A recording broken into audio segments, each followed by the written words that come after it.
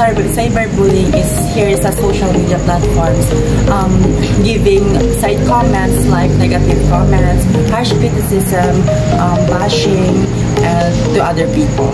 For me, cyberbullying is when you experience social media harassment, like when they post your name in social media and make fun of your name, or sometimes ruin your name by posting or talking bad things about you.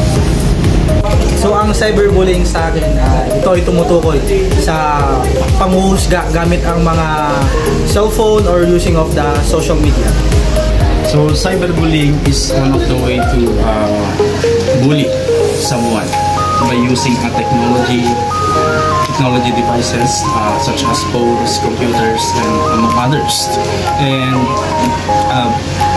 by using them, you threaten someone's life. So that's, in my opinion, that is what I call cyberbullying.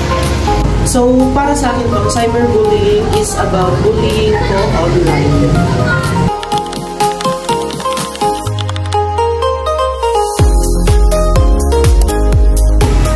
So, yes, well, naka-experience na po ako ng cyberbullying, and it really affects my mental health kasi I was overthinking if those comments about me is baka totoo nga, ganito, ganyan.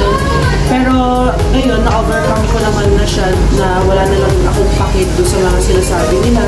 Like, ang sinasabi ko na lang sa sarili ko na kilala ko naman yung sarili ko, kaya wala na akong pakit kung ano yung isipin nyo sa akin. Basta alam kong wala akong natatapakang tao at wala naman akong masamang ginagawa. Hindi na ako magpapapekto sa mga sinasabi nyo. Bilang isang student leader, kami po ay prone mismo sa mga cyberbullying. Tulad na lang po ng naranasan ko nung unang term ko bilang isang vice-presidente, ako po ay nahusga dahil sa aking mga ginawa. Ang naging epekto po sa akin ito ay masyado ko po itong dinibdib at masyado pong nakapekto to sa aking mental health to the point na habang natutulog ako is iniisip ko pa rin yung kanilang sinasabi.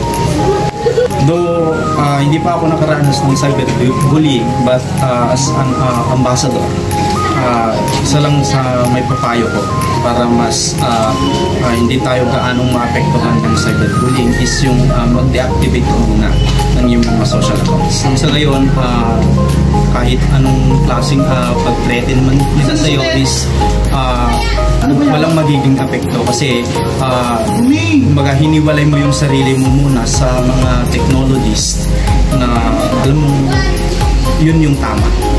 Yes, nakaras na ako ng cyberbullying sa Facebook when I upload my pictures, and a lot of people bash me about my physical appearance, yung body ko. Kaya daw ako ganon. And ang ginawa ko na lang is, hinayaan ko na lang sila because the more na pinapansin mo sila is the more din na lumalala yung problema. So, yun yung ginawa ko, and instead na baka bother ako doon is ginawa ko na lang is nag-focus na ako sa pag-take care ng aking sarili, and yun lang. And my advice is to all people na gumagamit ng social media is to use this in a good way, na kung saan is ginagamit at ginagagawa natin ang social media platforms in a safe way to everyone. Thank you.